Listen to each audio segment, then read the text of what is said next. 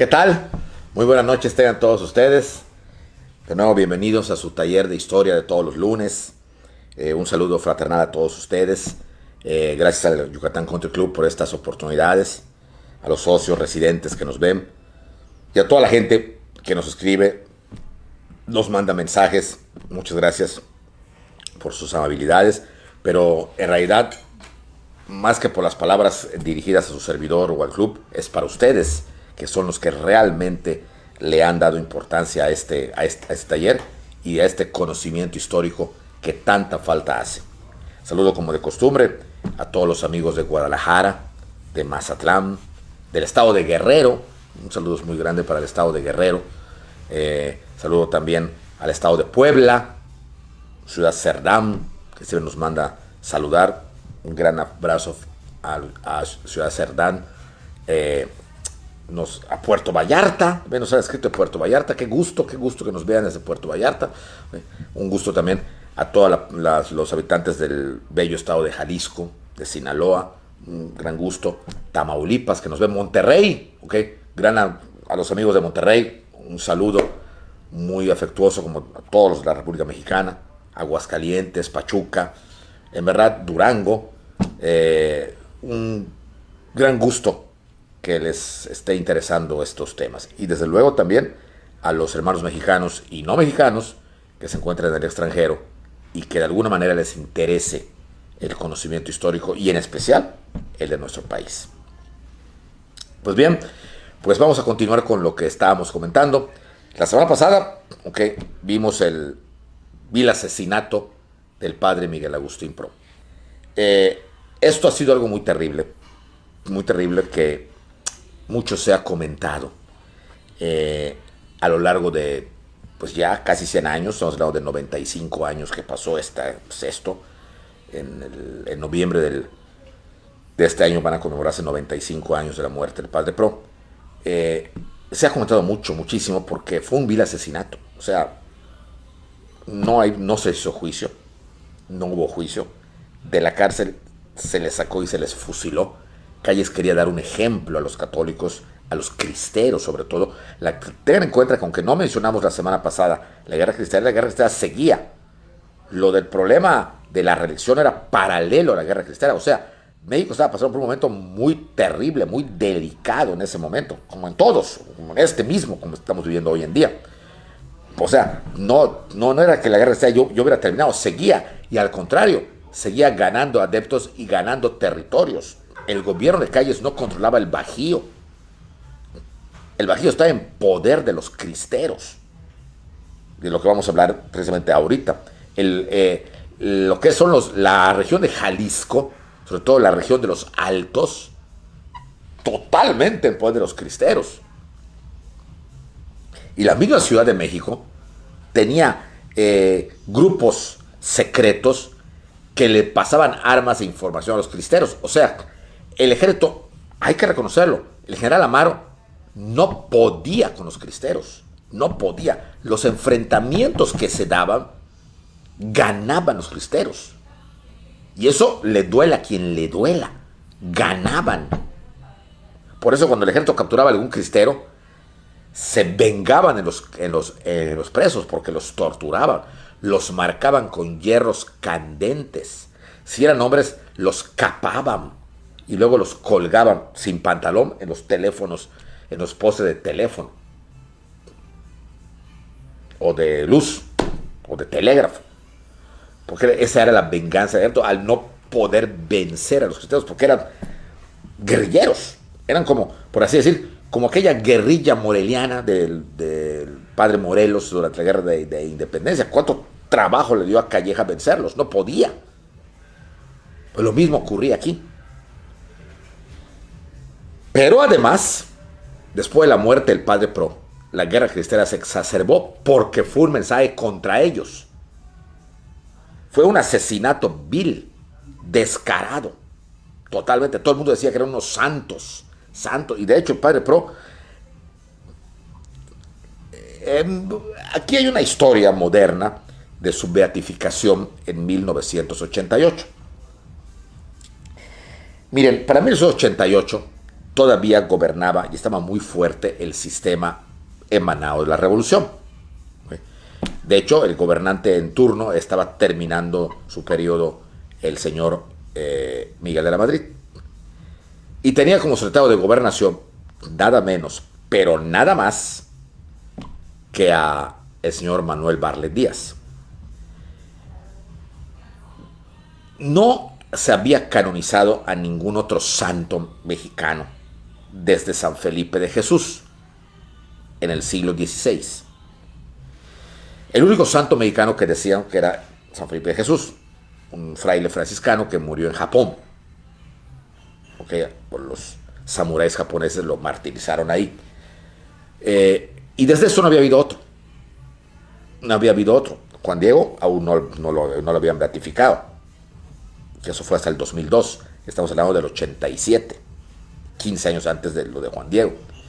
O sea, era algo novedoso, una nueva canonización, estoy hablando de canonización, no de beatificación, de un santo mexicano. Pero lo que molestó al gobierno mexicano en ese momento, en donde todavía no había relaciones con la iglesia, las relaciones se van a hacer hasta 1993, estamos hablando del 87-88. Las relaciones con la iglesia se van a rehacer por Carlos Salinas de Gortari con el Papa, pero aquí no es Carlos Salinas, es Miguel de la Madrid. No había una relación con el Vaticano en los años 80. Entonces, que la iglesia promoviera la canonización como un hecho, ya un hecho real, a otro mexicano, era algo que alegraba a todos los mexicanos, a todos, porque aunque San Felipe de Jesús lo hemos considerado mexicano porque nació en la Ciudad de México, nadie puede negar que la nacionalidad mexicana no existía en el siglo XVI. Eran novohispanos, o mejor dicho, españoles americanos, criollos, pero no eran mexicanos. La nacionalidad mexicana empieza hasta que México nace, y México no había nacido. Entonces, es cuestionable decir que era el primer santo mexicano, San Felipe de Jesús, que nació en México, sí, pero en México en ese entonces no era México, vaya. No sé si me explico. Pero en el caso del padre Pro, sí. Pero el problema era que estaban canonizando al segundo mártir mexicano, porque ya le llamaban mártir, el título era ese, mártir mexicano, moderno, hacía 50 años en ese entonces, que había pasado lo de la guerra cristera, aún vivían algunas personas, de hecho creo que Roberto Cruz me parece que vivía, y sobre todo, que al dar a conocer la vida del mártir, iba a aparecer que fue asesinado de una manera injusta, prepotente, dictatorial, por el gobierno mexicano, que era Calles. Y Calles, como lo vamos a ver más adelante, como con eso vamos a tratar los últimos temas de este gran tema que es la revolución, ¿okay? Calles fue el fundador del partido que estuvo en el poder todo el siglo XX y 6 años del XXI.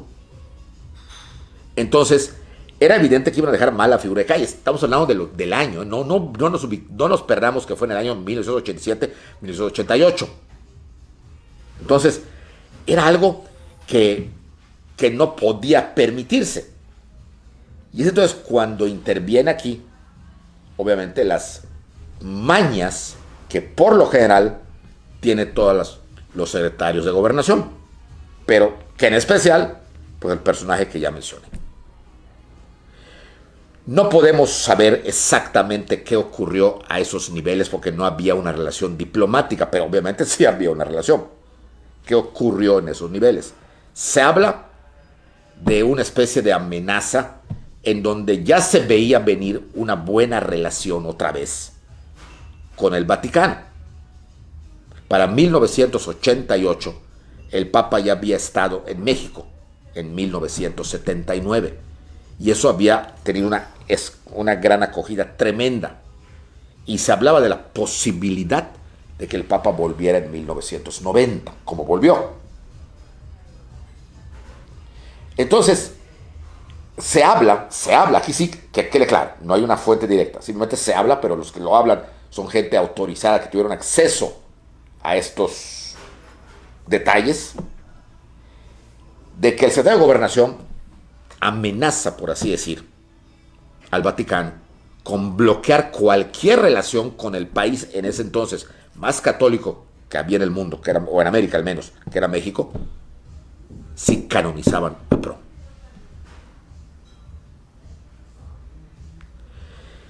No sabemos si esto es verdad o no. Lo que sí sabemos es que la iglesia dio marcha atrás. Pero como ya estaba demasiado avanzado todo, ¿okay? Y los jesuitas ya estaban, pues, se molestaron, pues entonces se salió por la tangente, por un híbrido. Vamos a beatificar.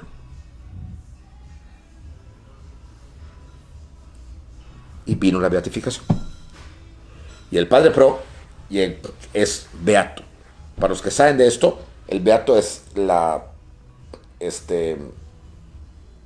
el paso anterior a ser santo, según tengo entendido. A él faltaría el siguiente paso a ser santo. ¿Por qué no lo han canonizado? Si ya el régimen no es el de la revolución. Eso sí, ya no podría yo explicarles por qué motivos no ha sido canonizado.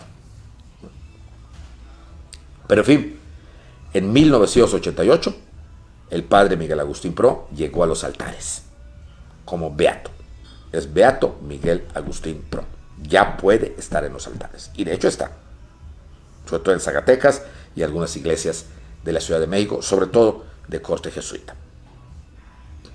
Bien, pero nadie puede negar, y nos volvemos a la época, a 1927, finales de, ya estamos hablando de, lo mataron el 25 de noviembre, estamos hablando ya de diciembre, enero del 28, nadie puede negar que fue un golpe muy duro y que el gobierno demostró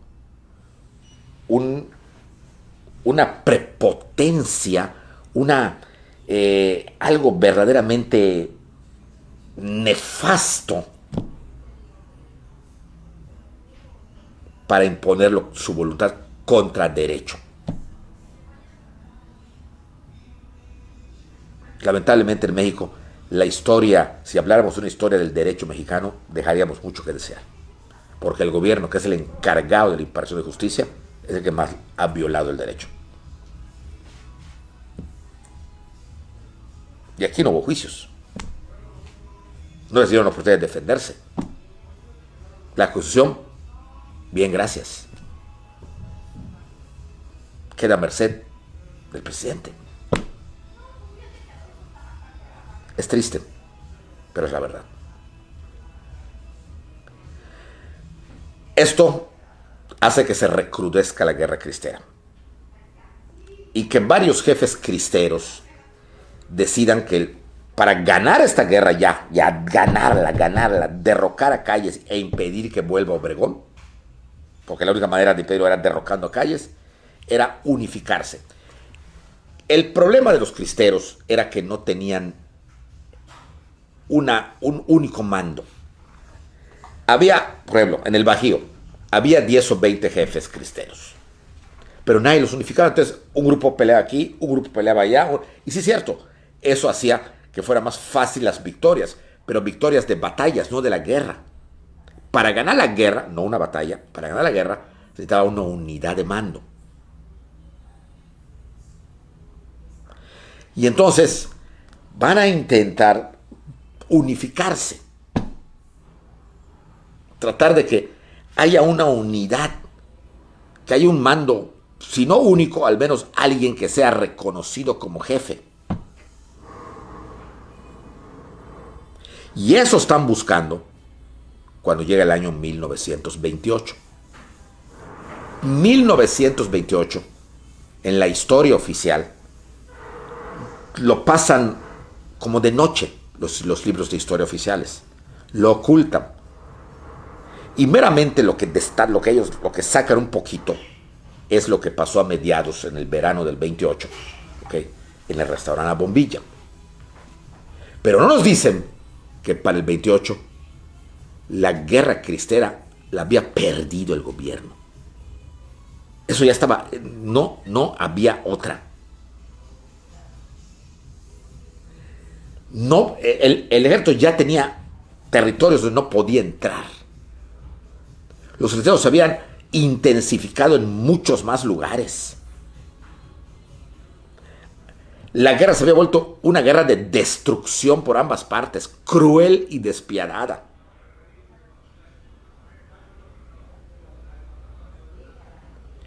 Se habían unificado en base a un general retirado al que los cristeros le pagaron para que los dirigiera, los unificara, y lo logró, Enrique Gorostieta. El general Gorostieta va a unificarlo y va a ser cuando eso fue en el 28, cuando los cristeros, ¡pum!, ¡pum!, se vayan arriba. Por eso van a cometer tanta tropelía en el año 28 el ejército mexicano. Los 25, 26 mártires cristeros que el Papa Juan Pablo II canonizó en el 2002 son de este periodo, casi todos. Y la mayoría civiles. Cuando en el 2014 el Papa canonizó al Niño Santo, a San Joselito, a José Luis Sánchez del Río, el niño de Zaguayo, Michoacán, que en el 28 él ayudaba a Gorostieta. Como niño, él agarraba la bandera. Pues la bandera de la Virgen de Guadalupe, lo agarraron los soldados y lo martirizaron. Si ustedes van a Zaguayo, a Michoacán, en la carrera de Zaguayo hay un pequeño exposición, porque ahí están los restos del niño santo. Está una exposición de él, porque le van a cortar al niño, tenía 12 años, le van a cortar la planta del pie y lo van a hacer caminar ya sin planta el pie, sobre carbón hirviendo, allá en Zaguayo. Y luego van a acabar su tumba, lo van a poner en la orilla de la tumba, y ahí los soldados a cuchilladas lo van a clavar sus puñales en el vientre, y cuando él ya pierde conocimiento y ya esté sangrando, lo tiran para que se termine de morir ya dentro de la tumba. Esa fue la historia de San Joselito, José Luis Sánchez del Río, por defender la religión como niño. Él vio morir al párroco de la iglesia de Zaguayo, que lo fusilaron con todo y sotana. Una película muy buena, bastante buena en cuanto a producción y en cuanto a historia, que se llama La Cristiada. La pueden ustedes localizar. Es la vida de San Joselito y se desarrolla en Zaguayo, en Michoacán. Inclusive el lugar donde lo martirizaron se visita. Yo tuve la oportunidad hace algunos años de estar en Zaguayo y visitar tanto el museo donde está un muñeco de cera de Joselito, impresionante porque parece él, está acostado como muerto y tiene los pies todos destrozados y varios objetos de él. Y entonces hay que subir una pequeña montañita, hay carretera, o sea, está en Zaguayo, ¿no? Un lugar relativamente chico, junto a Jiquilpan. Zaguayo y Jiquilpan están ya unidos. Jiquilpan es el lugar donde nació Lázaro Cárdenas, por cierto, ahí está la casa de los Cárdenas, precisamente. Zaguayo tiene como una montañita donde tiene una capilla, que es el lugar del martirio de San Joselito, donde lo torturaron y donde le clavaron los cuchillos y ahí lo tiraron a la fosa. O sea, ese tipo de cosas que sabemos de él, pero así como él hubo otros que quizá son anónimos, porque la guerra se convirtió en una guerra de destrucción, de acabarse mutuamente, más por el ejército contra los cristeros que los cristeros contra el ejército. Claro que los cristeros también cantaban malas rancheras, agarraban a un soldado que ya había hecho, también le daban lo suyo, lo torturaban, le cortaban la lengua y todo lo demás, o mínimo las orejas también. O sea, una guerra cruel y despiadada. Gorostieta estuvo a punto de ganar, y si no ganó, luego lo vamos a comentar, porque fue el único que había logrado unificar a los cristeros de la región del Bajío, de la región, o sea, de lo que viene siendo Guanajuato, ese estado, Guanajuato, León, Celaya, Irapuato, Michoacán, por ese lado. Entonces, la guerra se volvió cruenta, despiadada. Y Obregón, con su campaña, yendo de tren en tren, constantemente se iba a Sonora, no le gustaba quedarse en México ya. Tenía muchas amenazas, se sentía más seguro en Sonora, allá en su Quintachilla, en Guatabampo, ¿okay? Le gustaba estar allá. Y ahí se la pasaba. Y luego cuando tenía que volvía a México, iba aquí, iba acá, visitó varios lugares, inclusive vino a Mérida, estuvo en 1928 en campaña. Hay fotografías donde está él comiendo en una hacienda en la ciudad de Mérida, donde inaugura un busto de Felipe Carrillo Puerto a la entrada del lugar donde estaba el Partido Socialista del Sureste en Mérida, hoy conocido como la Casa del Pueblo. Para los yucatecos saben qué es eso.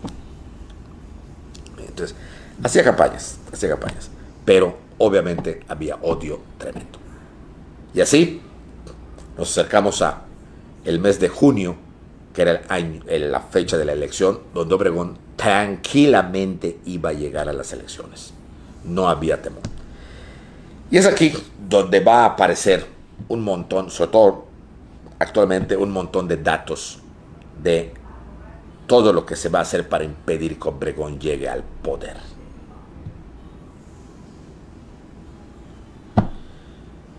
Se habla de que no lo podían ver a Obregón ni los católicos ni los políticos callistas. Estaban hartos, pero hartos de Obregón, y veían con horror que Obregón volvería al poder y se iba a quedar. Y empieza a ver ahí una especie de contubernio entre ciertos y altos políticos y algunos personajes católicos, no de la jerarquía, pero católicos, cristeros o procristeros. Sabemos que Morones empieza a mandar a gente, ¿okay? Entre ellos un joven que luego va a ser importante, Francisco J. Mújica, a infiltrarse en las filas de los católicos que se reunían en secreto. Y se dice que logró contactar con una de las casas o de la abadesa donde se reunían los católicos en secreto, especialmente con la famosa Madre Conchita. La Madre Conchita se sabía que ella era partidaria de la supresión física de Obregón. Se sabía. Porque se sabía que ella había hablado y había dicho, varios de los católicos estaban allá, de que eso era una cruzada. Y que el matar por Dios y por Cristo estaba permitido. Y ponía constantemente el ejemplo de Ruth, que mató a Holofernes. Entonces sabía que era una monja arrefaldada y que creía ella que era la forma de cumplir con el reino de Cristo. Y cuentan que ahí se mezclan y va a haber cierto contacto, obviamente no directo de Morones con ella, pero sí de su gente con la Madre Conchita y con la gente muy radical de los cristeros. ¿Ok? Pero aquí viene la otra fuerza, esto no nos lo cuentan, nada de eso nos lo dicen los libros oficiales, pero viene la otra fuerza. Y la otra fuerza fue que Obregón, que ya se sentía presidente, sabía que todos lo odiaban, porque lo sabía. Obregón no era ningún necio, Obregón no era ningún payaso, Obregón no era una persona que él pensara que todo estaba muy bien. Eso sí, ambicioso, brutal, pero realista. Y él sabía que por las buenas o por las malas iba a llegar a la presidencia, ¿okay?, en ese año del 28. Pero que evidentemente iba a tener un montón de enemigos. Y especialmente sabía y sospechaba de Calles y del grupo de Calles, porque sabía que había lesionado los intereses de Calles y especialmente de su Delfín, que era Morones. Que Morones no podía ver a Obregón ni en pintura.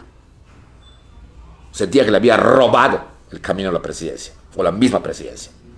Y con él un montón más. El mismo Calles se mostraba un poco alejado de Obregón.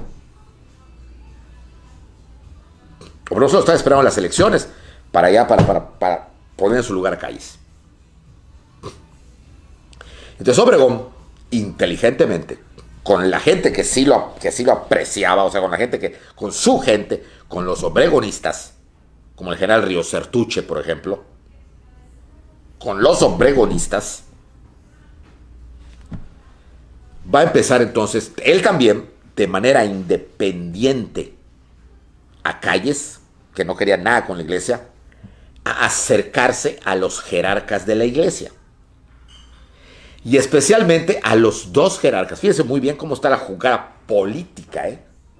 Y estamos hablando de hace casi 100 años. Hoy, ¿cómo estará? Yo creo que no ha cambiado mucho.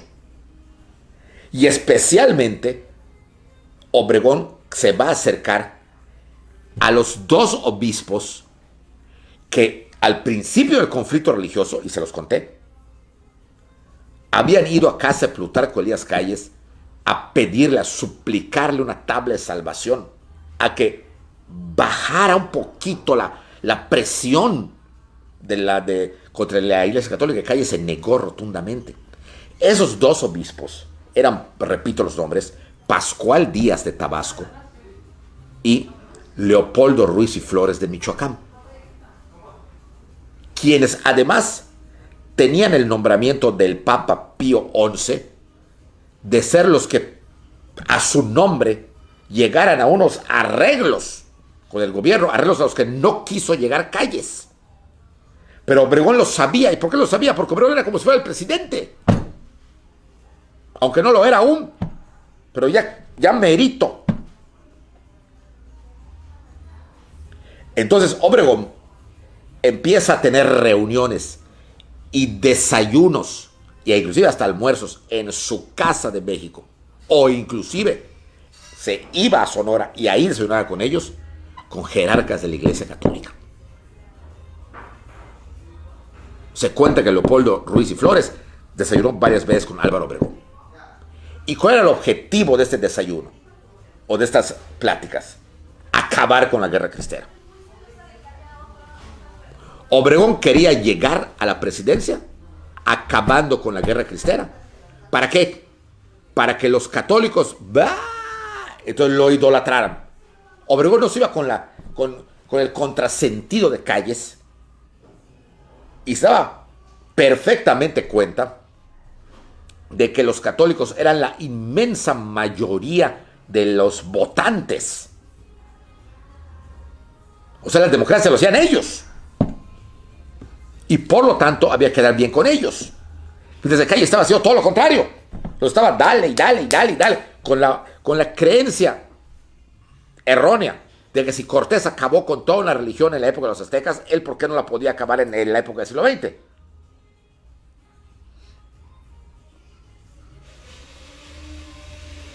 Obregón quería llegar a la presidencia como el presidente que había solucionado todo. Claro, eso implicaba dejar muy mal a Calles, pero no le importaba, porque eso implicaba bajarle los humos, un balde de agua fría al callismo, para que navegara en aguas tranquilísimas el obregonato y se quedara quién sabe cuántos años más. Eso era lo que pretendía don Álvaro Obregón. Y por eso las pláticas. La solución, claro, tengan en cuenta cómo están las cosas aquí.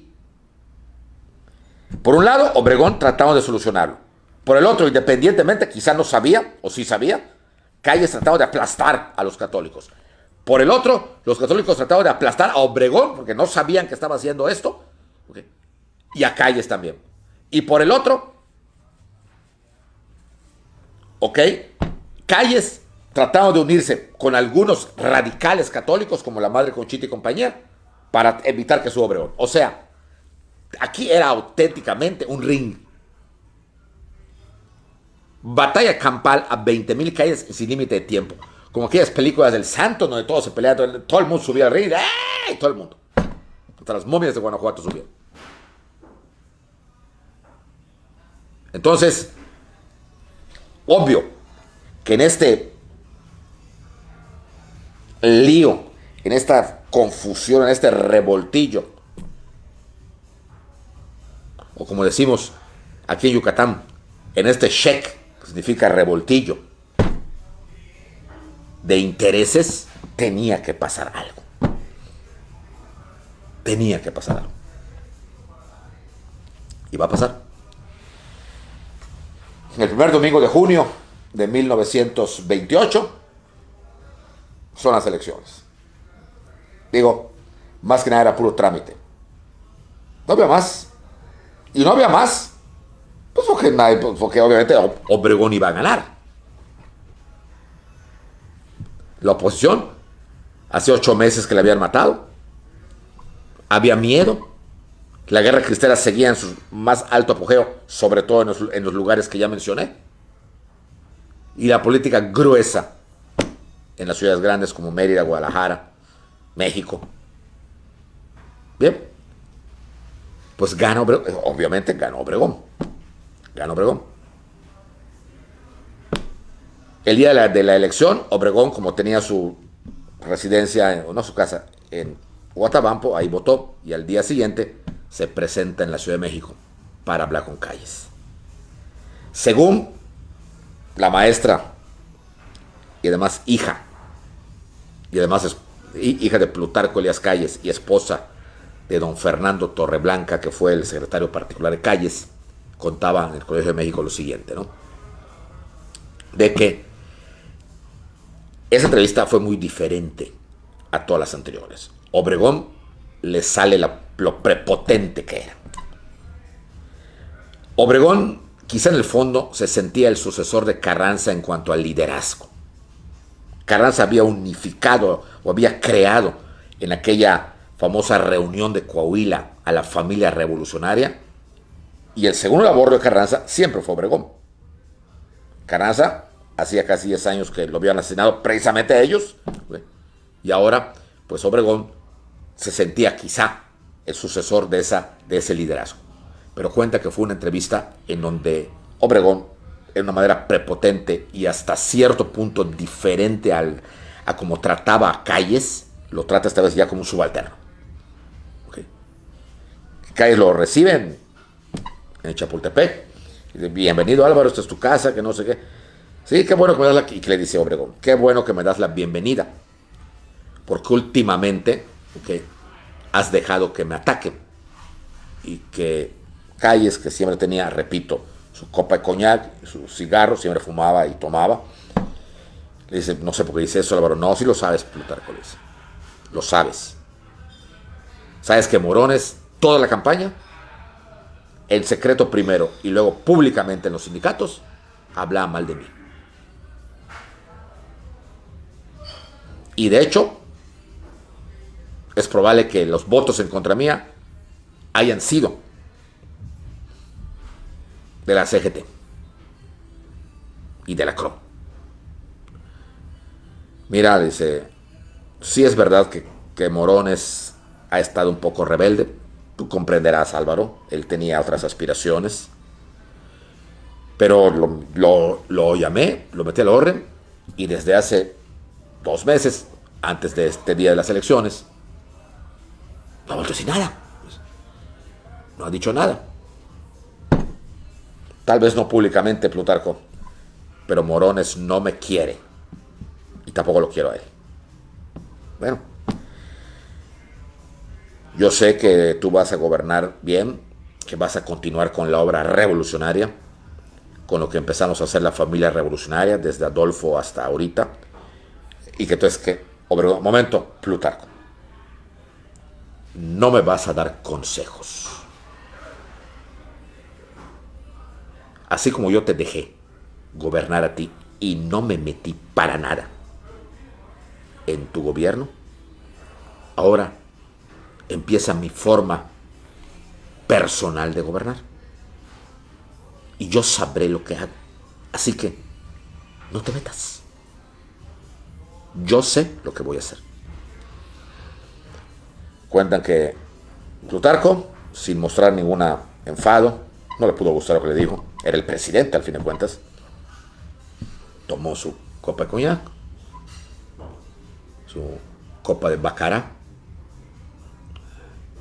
prueba, da un sorbido a su cigarro y dice, lo sé, Álvaro, y te lo agradezco, y no me estoy metiendo, solamente que así como tú me dices, yo también te quiero decir que también sé que no me habías dicho que te estás reuniendo con los obispos y con los enemigos de este gobierno. Lo sabía, lo tenía que saber, calle, si era el presidente. Y Obregón, tampoco, sin mostrar ningún asombro, le dice, no te lo había dicho porque sé que no lo ibas a aprobar. Pero efectivamente, Plutarco, me he reunido desde hace varios meses con ellos. ¿Y sabes por qué? Porque esta guerra es absurda, Plutarco. Tal vez en un principio tenías razón, pero creo que te han demostrado durante todos estos años que este pueblo es católico. Y que nos guste o no, seamos tú y yo no católicos, eso no implica que el pueblo no lo sea. Este pueblo es católico y lo va a seguir siendo. Y sí estoy tratando de llegar a un arreglo con ellos para que se acabe esta sangre que absurdamente se está derramando, Plutarco. Y que Plutarco de nuevo se echa para atrás en su sillón, apoltronado, agarrado de la mano izquierda su copa de baccarat, y le dice, entonces, ¿tú quieres llegar a la presidencia como el pacificador, como el que solucionó el conflicto religioso? Y Obregón solamente dice, Plutarco, yo sé que a ti no te gusta esa idea. Yo sé que a ti no te gusta que yo pacte con la iglesia. Pero no hay otro camino. No hay otro camino. Hay que pactar con ella. Y si no pacto ahora con ella, voy a tener que pactar después.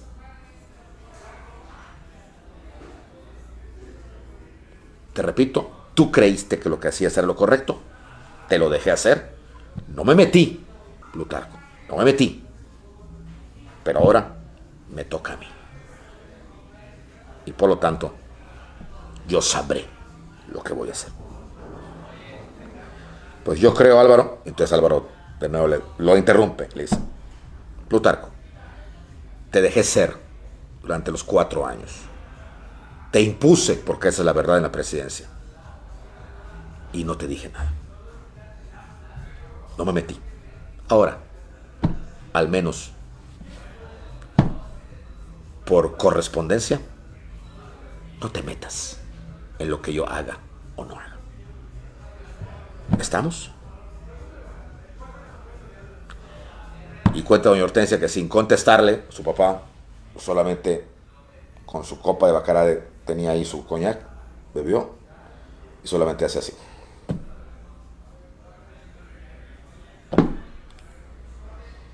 Esa fue la última entrevista conocida que estuvo al día siguiente de las elecciones, el triunfo de Obregón. A partir de ese momento Obregón empieza a preparar todo, ¿ok? Y empieza, obviamente, la gente a rodearlo para que le dé algún cargo. Y, obviamente, todos aquellos que habían o creían merecer algo, lo van a rodear, lo van a invitar a comer, lo van a invitar a desayunar, o inclusive algunos que estaban viendo que el barco de calle se hundía, las clásicas ratas, se cambian de barco. Este no se hunde, vámonos al otro. Y empiezan las invitaciones, tan, así, las invitaciones.